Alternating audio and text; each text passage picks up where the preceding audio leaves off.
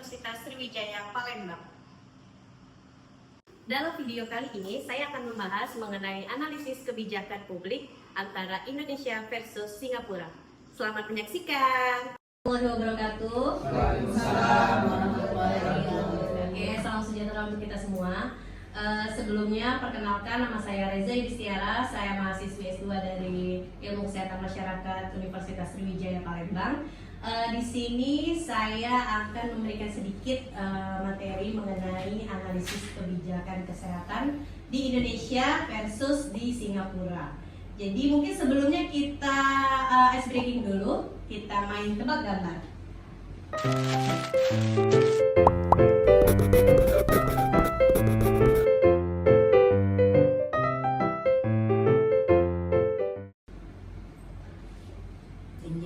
Nah, kalau dilihat ini, ayo ada yang bisa tebak ini gambar apa? Ayam.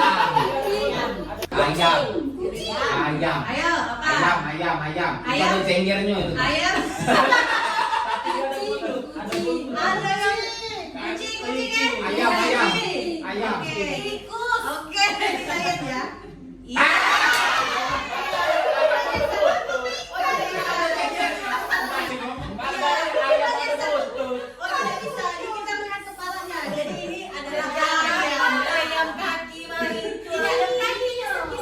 Ayam siluman ini. Tidak ada perdebatan, ini adalah ayam ya.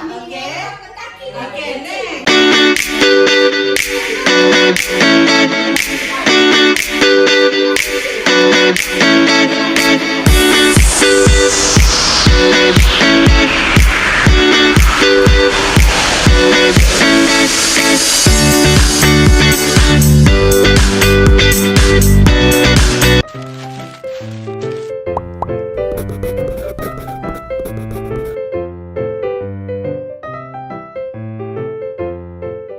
Bahwa keputusan kebijakan yang baik adalah keputusan yang menghasilkan manfaat terbesar dengan biaya yang paling efisien. Nah, ini ada tahapan kebijakan, jadi ada 6. Yang pertama, identifikasi masalah, formulasi alternatif, analisis kebijakan, rekomendasi, implementasi, dan evaluasi. Nah, ini saya ambil ada suatu artikel studi kasus mengenai analisis evaluasi kebijakan publik bantuan tunai atau BLT. Nah, mungkin sudah pada dengar ya mengenai BLT ya, atau bantuan langsung tunai ini. Apalagi waktu zaman pandemi COVID-19 ini sangat berguna sekali karena banyak masyarakat yang kehilangan pekerjaan. Jadi sangat terbantu dengan adanya bantuan langsung tunai ini. Jadi urgensinya dan hubungan dengan kebijakan di Indonesia berdasarkan jurnal tersebut. Yang pertama, menjadi alat untuk mengevaluasi efektivitas kebijakan pemerintah dalam kasus bantuan tunai saat pandemi COVID-19 di Lampung. Analisis ini dilakukan untuk menilai sejauh mana sih kebijakan itu benar-benar membantu masyarakat terdampak secara ekonomi dan sosial. Yang kedua, menjamin kebijakan berjalan sesuai tujuan tanpa analisis kebijakan. Subsidi kesehatan dan vaksinasi beresiko salah satu sasaran, tidak efisien dan menimbulkan ketidakadilan sosial. Kemudian yang ketiga, sebagai dasar perbaikan kebijakan publik berikutnya, hasil evaluasi menjadi umpan balik bagi pemerintah untuk memperbaiki pelaksanaan program sosial dan kesehatan di masa depan. Nah, sedikit tanya apa yang bisa diceritakan waktu zaman pandemi COVID-19? Mungkin dari sisi kiri dulu.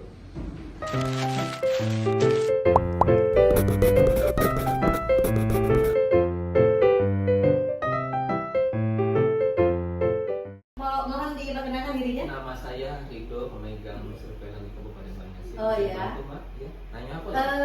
Mengenai COVID, apa yang paling Bapak rasakan waktu zaman pandemi COVID-19? Untuk petugasnya atau untuk yang sakit?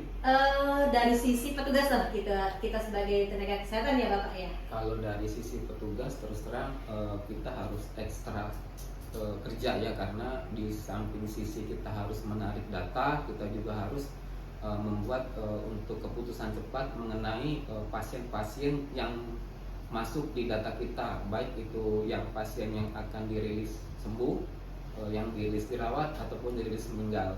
Oke, dari sisi sebelah kanan ya, mungkin ini Ibu Pak yang baju pink.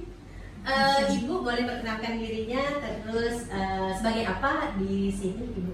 Oke, perkenalkan nama saya Dinavia, saya di sini di bagian pengelola HIPX, pengelola HIPX. Dampak yang sangat penting dari COVID selama ini saya lihat pandang dari segi ekonomi mungkin ya. Kita lihat kebanyakan masyarakat di Indonesia terutama di Palembang juga banyak masalah, terutama seperti pedagang-pedagang karena mereka tidak bisa bekerja, tidak bisa berjualan, jadi dampak ekonomi itu yang paling kelihatan. Ya, waktu zaman pandemi itu sangat kerasa sekali ya. Banyak yang kehilangan pekerjaan, apalagi yang tidak bekerja tetap ya, seperti itu. Oke. Baik, mungkin next hubungan dengan kebijakan kesehatan di Indonesia. Waktu pandemi COVID itu ada krisis kesehatan yang sangat berdampak pada ekonomi. Kebijakan ekonomi dan kesehatan yang bersifat saling melengkapi, kemudian analisis kebijakan membantu menjaga keberlanjutan kebijakan kesehatan, dan evaluasi kebijakan publik menjadi bagian dari sistem kesehatan nasional atau SKN ya. Jadi waktu COVID juga kita takut untuk berobat ke rumah sakit, takut untuk ke fasilitas pelayanan kesehatan, apalagi banyak yang menjauhi nakes juga ya sepertinya waktu zaman pandemi COVID. Nah, ini sangat berpengaruh pada kebijakan yang diambil, seperti misalkan PSBB ya Pak Rido ya Pak Rido ya, PSBB pembatasan skala besar seperti itu. Itu salah satu kebijakan yang diambil oleh pemerintah terhadap penanggulangan COVID. Nah, yang kedua ini adalah studi kasus mengenai kebijakan publik di Singapura. Nah, jadi kita bisa lihat ini perbedaannya. Apa sih perbedaan antara di Indonesia sama di Singapura? Kalau di Singapura itu menekankan pada penyebaran COVID-19 dengan menjaga kepercayaan publik dan stabilitas ekonomi. Sedangkan kalau untuk di Indonesia itu menjaga kesejahteraan masyarakat yang berdampak pandemi melalui bantuan tunai. Bantuan langsung tunai ya, seperti tadi kita bahas mengenai BLT. Jadi Singapura itu lebih fokusnya ke kesehatan publik dan koordinasi nasional, sedangkan di Indonesia ini lebih menekankan pada perlindungan ekonomi sosial, jadi kepada ekonominya seperti itu. Untuk fokus kebijakan pengendalian di Singapura itu berbasis sains atau kapasitas institusional, sedangkan kalau di Indonesia itu perlindungannya sosial, jadi BLT, bansos, subsidi gaji, dan pemulihan ekonomi lainnya. Jadi kalau di Singapura itu lebih ke teknokratis dan preventif atau pencegahan, sedangkan di Indonesia itu lebih ke reaktif dan sosial ekonomi. Untuk kapasitas analisisnya, kalau di Singapura itu tinggi dengan sistem data real time. Nah, kalau di Indonesia ini masih lemah karena implementasi bantuan sosial sering tidak tepat sasaran dan penerima tidak valid. Jadi memang waktu zaman COVID itu kelihatan Indonesia belum siap ya untuk menghadapi COVID dibandingkan dengan negara lain yang apalagi Singapura tuh termasuk negara maju kan. Untuk Singapura sendiri itu memiliki analisis data yang berbasis teknologi dan di Indonesia masih manual. Nah, betul tidak Pak Rido sebagai pengelola program surveillance? Iya. Di awal-awal COVID ya masih secara manual ya. Oke, untuk kapasitas operasional itu sangat kuat, koordinasi lintas lembaga cepat, terpusat, sedangkan kalau di Indonesia ini masih terfragmentasi atau terpisah-pisah. Jadi kalau di Singapura tuh lebih desentralisasi ya, satu pintu gitu. Jadi Indonesia ini masih menghadapi fragmentasi birokrasi karena setiap wilayah itu seperti memiliki aturan yang berbeda-beda. Begitupun waktu zaman COVID, jadi ada yang zona merah ya Pak Rido ya, ada zona hijau, kuning. Jadi setiap daerah itu memiliki kebijakan yang beda-beda ya Pak ya, seperti itu. Nah baik, mungkin itu saja yang bisa saya sampaikan. Lebih dari kurang saya mohon maaf. Terima kasih untuk partisipasi teman-teman. Mungkin ada yang ingin kita diskusikan bersama.